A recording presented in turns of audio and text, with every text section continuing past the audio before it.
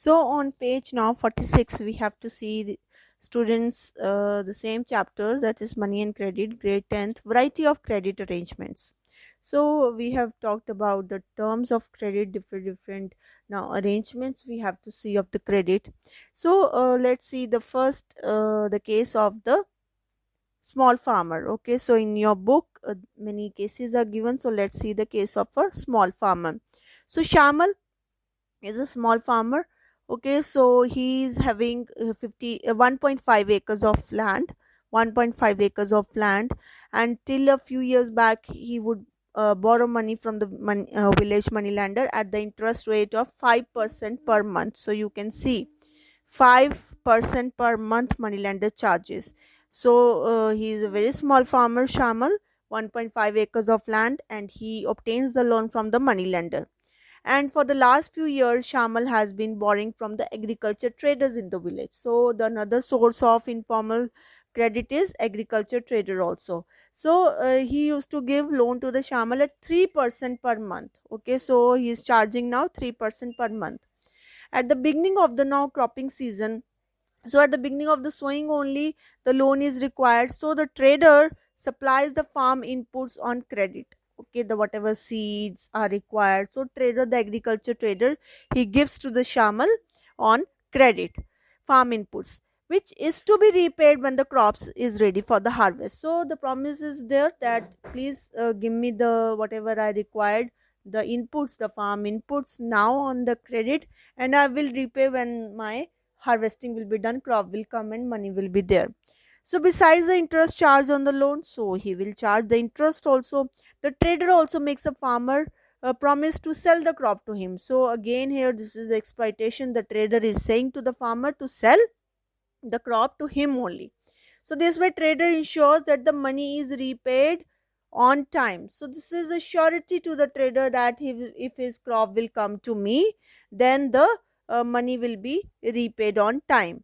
And since the crop prices will be low after the harvest because the supply increases, okay, all of a sudden, and then the due to more supply, prices fall, the trader is able to make a profit from buying the crop at a low price from the farmer and then selling it when the prices will be high. So this is exploitation of the farmer. This is the distress sale made by the farmer. He don't want to sell his crop, but he is forced to do so because he has to obtain credit. And this is the terms of the credit only, the terms and conditions which is put forward by the agriculture trader in front of the farmer, that you have to accept these conditions if you want the credit from me. So this is exploitation of the farmers, and they take loan from the traders. They need money also, they need seeds also, and the trader charges high rate of interest, and now farmer has to make promise to sell the crop, so he has to go through the distress sale. That is he don't want to go for selling of his crop to this person, to the agriculture trader, but he don't have any option, he has to sell his crop. Second case now we have to see is of the landless laborers. So now in village also landless laborers are there. So students, that seasonal unemployment is there in the agriculture, only the work is there in the fields when sowing and harvesting is going on. Like in case of kharif, the sowing is with the onset of the monsoon, and they go for the harvesting in the month of October, okay, September and or October, and then in November they will go for the sowing of the wheat, and then during Baisakhi they will go for the harvesting. So during these months only the work is there, okay, work pressure is there, and rest of the months the labor is free. But they have daily expenses, daily expenditure, they require some might fall ill in the family, some function is there, some means they need money daily, simple. So from where they will take the money? So they will go to their landlords, their employers.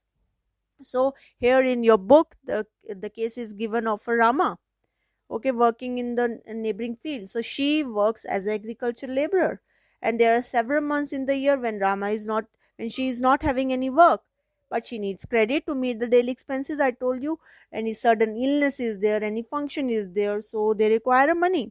So where Rama will go? To this to her land owner only.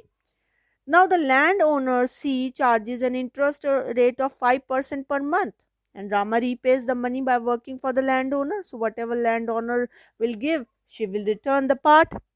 Now most of the time Rama has to take a fresh loan before the previous loan has been repaid. So daily expenses are there, again and again they have to go for the loan. Even the earlier one is not repaid, and again they have to take the money. And at present she also owes the landowner rupees 5,000. Still the money is standing, 5,000 she has to give.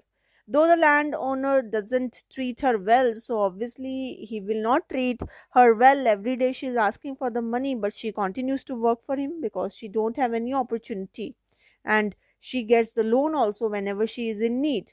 And Rama tells that only source of credit for the landless people is their employers only, the landlords only, the landowners only. So this is again a exploitation. Okay, so landless labor, they don't have any work throughout the year. So for some months only they have a work, but they need money daily. So they have to depend upon their employers, and they also charge a very high rate of interest, 5% per annum per month. Sorry, 5% per month. That is 60% per annum, and other conditions also, plus other conditions also, that you will work in my home whenever you will be free, you have to work, you have to provide your other services in the home. So this is exploitation. So another case is of the medium land owner. Now Arun, the medium land owner Arun has 7 acres of land. He is one of the few persons in the village who receives a bank loan. So he is going for the formal source. The interest rate on the loan is 8.5% per annum and can be repaid anytime in the next 3 years. Now see, the interest rate is also less. Now Arun plans to repay the loan after harvest by selling a part of the crop. So after harvesting has been done, so he is planning that he will repay the loan after harvesting. Now he then intends to store the rest of the potatoes in the cold storage and apply for the fresh loan from the bank against the cold storage receipt. Okay, so some part he will sell of his crop and he will return the amount to the bank, and rest he will keep in the cold storage. And now against this cold storage receipt, he will obtain a fresh loan from the bank, and bank also offer these facilities to the farmer who have taken the crop loans from them. So as he is educated, he might be aware of the certain schemes the bank is offering, and so he is availing the credit from the bank, and he is keeping his crop only as a collateral. So the now on page 47, the another source of credit or another credit arrangement which we have to see is the loan from the cooperatives. Now besides bank, the other major source of cheap credit in the rural area are the cooperative societies. Now the members of the cooperatives means, suppose farmers, they will come together, they will pool their resources for cooperation in certain areas. Okay, so there are several types of cooperatives. It can be farmers cooperatives, weavers, it can be industrial workers, so it can be in urban area, it can be in rural area.